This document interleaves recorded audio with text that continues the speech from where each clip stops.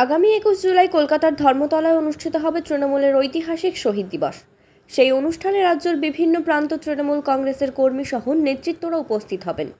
শুক্রবার সন্ধে ৬:১৫ নাগাদ কলকাতার ধর্মতলায় ঐতিহাসিক সমাবেশে যোগদানের উদ্দেশ্যে হলদিবাড়ি থেকে রওনা দিলেন প্রায় ৩৫০ জন কর্মী এবং বাদবাকি মেখলিগঞ্জ থেকে কর্মীরা দার্জিলিং মেলে করে কলকাতার উদ্দেশ্যে রওনা দেয়।